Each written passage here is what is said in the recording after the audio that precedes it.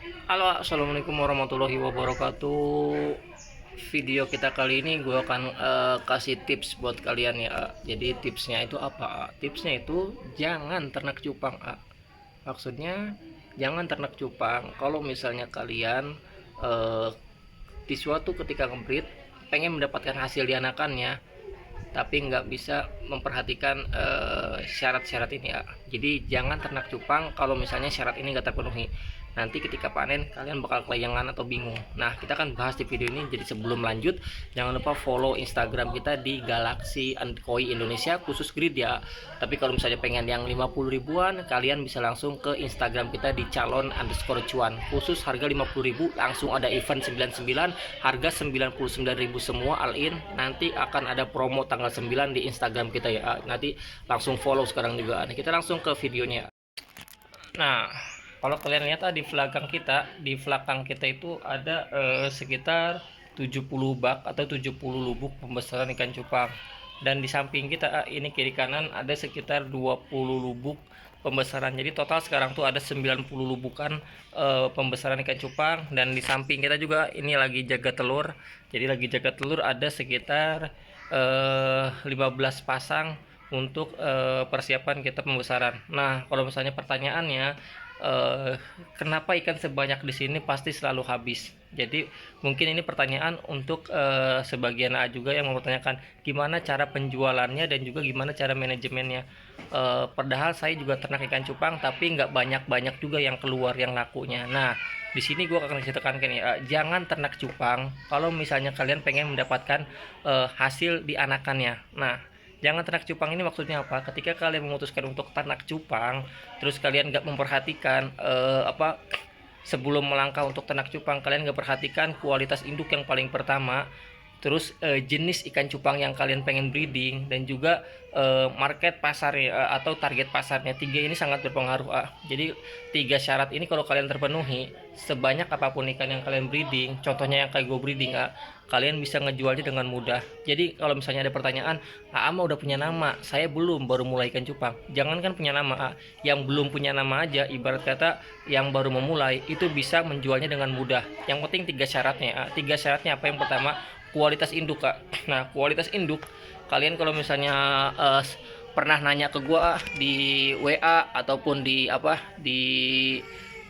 Instagram ataupun di yang mana, pasti pertanyaannya ada kualitas apa aja dia sendiri. Di sini ada kualitas 3, top grade, sama standar induk. Nah, standar induk itu kalau misalnya kalian tanya kualitasnya jelek dong, enggak. Kalau misalnya di sini standar induk itu kualitasnya apa? Amin. Jadi standarnya itu di sini standar induk udah memenuhi untuk ketika di breeding itu nggak banyak rejekannya, dan juga udah melalui seleksi lolos seleksi indukan ya. Jadi kita juga memperhatikan ketika kalian beli itu kalian bisa mendapatkan hasil juga di anakannya. Nah, terus ketika kalian memutuskan untuk breeding ikan cupang, paling penting itu jenisnya ya. Jenisnya itu kalian harus bisa memilih ya. Nah, gua akan jelasin di sini yang jenis-jenisnya. Nah, jenis ikan cupang ketika kalian breeding itu sangat berpengaruh ketika nanti hasil panen ya. Kenapa? Kalau kalian lihat video gue yang sebelumnya, itu gue pernah bikin konten yaitu jenis ikan cupang yang nggak ada matinya. Maksudnya nggak ada matinya itu apa? Ketika dia panen, mau naik mau turun, dia akan tetap ada permintaannya dan tetap akan ada pasarnya ya. Nah, 5 jenis itu yang gue breeding di sini, terutama koi plakat. Koi plakat itu banyak turunannya. Ada plakat Galaxy Multicolor, ada Guardian, ada RGGM, ada RGGB, ada RGG, ada barongsai, terus ada yellow, ada orange, banyak banget. Nah, plakat di sini, plakat koi di sini di breeding semua. Nah, kalau lihat ini ada jenis apa? Ini jenisnya ada RGG. Ini 2 jenis ya nih. Ini RGG. Ini juga sama RGG nih. Nah, ini ada Guardian. Ini Guardian Terus di sini juga sama ada multicolor, tapi ini masih baby, masih 3 minggu, masih kecil banget. Terus yang di sini ada apa? Ada lubukan lubukan blue rim. Ini ada ini ada RGGM juga. Terus ada Avatar Cooper juga di sini tuh. Ini ada RKC juga. Nah, di sini yang di breeding itu jenis ikan cupang yang memang permintaannya akan selalu ada. Artinya ketika gue memutuskan untuk ternak ikan cupang, yang paling penting gue breeding itu jenis yang memang permintaannya itu akan selalu ada. Nah, salah satunya yang tadi gue sebut itu permintaannya ada. terus mau naik mau turun dia permintaannya kenceng baik partaian itu per 100 ekor, per 50 ekor.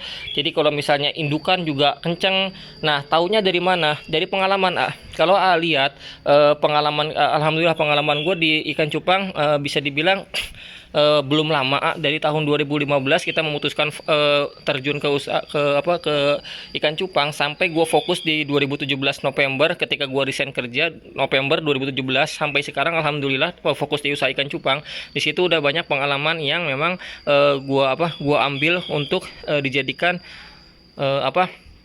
kedepannya itu bisa lebih berkembang di usaha gue sendiri. Nah, salah satunya itu jenis ikan cupang yang memang permintaannya itu akan selalu ada. Salah satunya itu jenis plakat koi. Plakat koi itu sering gue bilang mau yang muda, yang tua, yang udah nikah, yang belum nikah, mau yang udah kenal di cupang maupun yang udah baru mulai, dia pasti akan suka di cupang koi. Kenapa? Karena warnanya. Yang penting warna dan juga form udah aman. Jadi nggak ada kecacatan di ikan. Itu pasti permintaannya akan selalu ada, akan kencang. Nah, ketika kalian memutuskan untuk usaha ikan cupang, kalian harus bisa memilih indukan yang berkualitas. Kalau misalnya kalian budgetnya minimal yang standar induk. Standar induk itu di gue sendiri harganya itu 50.000 sampai 200.000 ya. Itu udah kualitas belum. Kalau misalnya kalian tanya yang top grade-nya, itu pasti berbeda harga. Tapi yang standar induk itu udah gue settingin biar apa? Biar ketika di breeding hasilnya pun nggak banyak rejekan ya.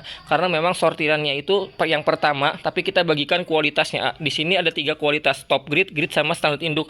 Jadi kenapa gue memilih standar induk? Karena memang gue pengen ketika kalian yang budgetnya minim ataupun budgetnya yang standar, kalian belum punya budget yang tinggi, kalian juga beli ikan cupang ketika di breeding nggak banyak rejekannya. Ketika panen kalian nggak pusing ngejualnya, kalian nggak bingung hasilnya, tapi bisa mendapatkan hasil. Setidaknya balik modal lah. Jadi modal kalian misalnya 100.000, ketika panen kalian bisa balik modal bahkan lebih. Nah, itu gue sangat bersyukur karena udah banyak banget yang ngambil di promo gue. Kalau kalian lihat di Instagram calon_cuan itu standar induk rata-rata ada juga yang grade, bahkan ada yang top grade gue promo. Untuk apa? Untuk kalian yang memang terkendala dengan budget yang minim, tapi kita support buat kalian total. Nah, kalau misalnya ketika kalian memutuskan udah ketemu nih jenis ikan cupang yang kalian breeding, cari jenis ikan cupang yang permintaannya selalu ada ya. Jangan ternak ikan cupang ketika kalian memilih untuk mendapatkan hasil di anakannya. Kalian jangan ternak ikan cupang itu yang pengen yang sesuai dengan kemauan kalian. Misalnya crossing jenis ini, misalnya jenis koi galaksi, kalian crossing ke FCCP, nanti ketika panen hasilnya nggak sesuai, kalian bingung ngejualnya. Nah, yang jadi pertanyaan, yang jadi permasalahannya di sini seperti itu. Banyak orang yang ternak ikan cupang asalnya itu cuma hobi. Dia ternak cupang hobi dengan crossing atau kawin silang, misalnya jenis A sama jenis B. Ketika anakannya banyak ratusan ekor dan tentunya panen, ketika panen dia mengharapkan untuk bisa dijual, padahal awalnya itu dia cuma pengen crossing untuk nyalurin hobi. Tapi ketika panen ikannya banyak nggak kejual, dia beralasan ikan cupang udah nggak ada harganya. Nah, kesalahan ini yang membuat pola pikir orang itu nggak maju. Kenapa? Karena awalnya dia cuma ternak untuk kepuasan atau hobi tersendiri, tapi ketika panen, ketika ikannya panen hasilnya nggak sesuai, dia menyalahkan ikan cupang nggak laku, padahal kualitasnya yang sebenarnya itu yang jadi permasalahan. Kalau kualitasnya ada, itu bisa mendapatkan hasilnya. Setidaknya kalau misalnya kalian modalnya 100.000 200.000 itu bisa balik ya. Tapi kalau misalnya kalian crossing atau misalnya crossing A sama B, itu belum tahu jenisnya apa. Karena memang gue juga nggak pernah crossing A sama B. Yang gue breeding di sini itu crossingan memang udah jadi genetiknya. Misalnya RGGM itu crossingan dari 2020 bukan dari tahun-tahun ini ya. Jadi perdana kita launching 2022 Februari, kita udah crossing dari tahun 2020 ketika ikan cupang memang udah lagi rame-ramenya. Makanya kalau misalnya kalian crossing itu bukan butuh waktu yang cepat ya, lama. Minimal itu 1,5 tahun. Kenapa? Karena untuk mendapatkan genetiknya itu yang stabil, yang duduk, yang nggak banyak rejekannya. Jadi kenapa kalian kalau misalnya tanya kenapa barongsai harganya mahal? Karena memang crossingannya bukan yang pertama, bukan yang 1 tahun, 1,5 tahun ataupun 2 tahun, lama. Dan itu mendapatkan hasilnya pun nggak butuh waktu sebentar, lama juga. Tapi alhamdulillah perdana kita launching 2022 di awal tahun Februari kalau apa Maret barongsai itu permintaannya sampai sekarang sangat tinggi, harganya pun kita masih stabil di angka 800 ribuan sampai top hitnya 2 juta.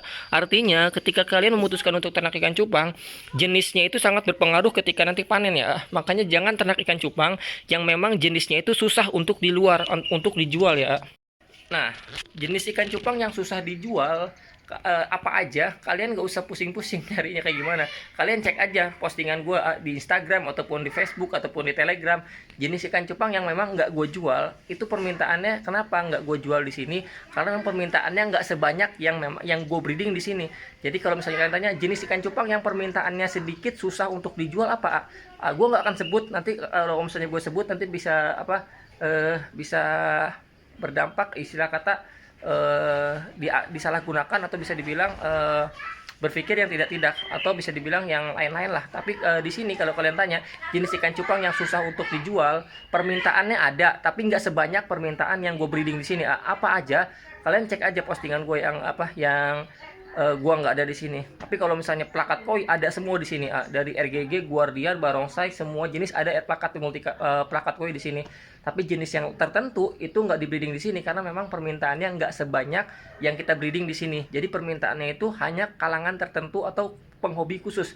Tapi yang gue breeding di sini itu permintaannya selalu tinggi, meningkat setiap tahunnya. Makanya penting banget buat kalian yang pengen ternak ikan cupang, pastikan untuk tahu jenis ikan cupang yang memang permintaannya itu selalu tinggi ya. Jadi ketika panen kalian nggak pusing ngejualnya. Nah, salah satunya contohnya seperti ini. Kita udah ada 15 lubuk yang akan pindah ke pembesaran. Sekarang udah 90 lubuk, artinya udah 100 lubuk di awal Agustus September ini. Alhamdulillah progresannya udah berjalan. Kita akan terus ngebreed sampai kapasitas full semua ya. Jadi kalau kalian lihat yang di belakang itu kolam rangka itu nanti akan kita bikin untuk ikan cupang. Jadi memang kita fokus bener, jadi biar lebih maksimal lagi. Jadi buat kalian tetap semangat, semoga ada baiknya, ada manfaatnya, ada ilmunya kalian ambil. Kalau misalnya ada buruknya, salah-salah kata dari gue sendiri, mohon maaf. Jangan lupa like, comment, subscribe agar channel ini terus berkembang. Dan kalau kalian pengen dibuatkan videonya, komen di video ini ya. Jadi kita akan buatkan sesuai requestan kalian. Jadi buat kalian yang ternak ikan cupang, pastikan jenis ikan cupang yang memang gampang dijualnya ketika hasil panennya banyak.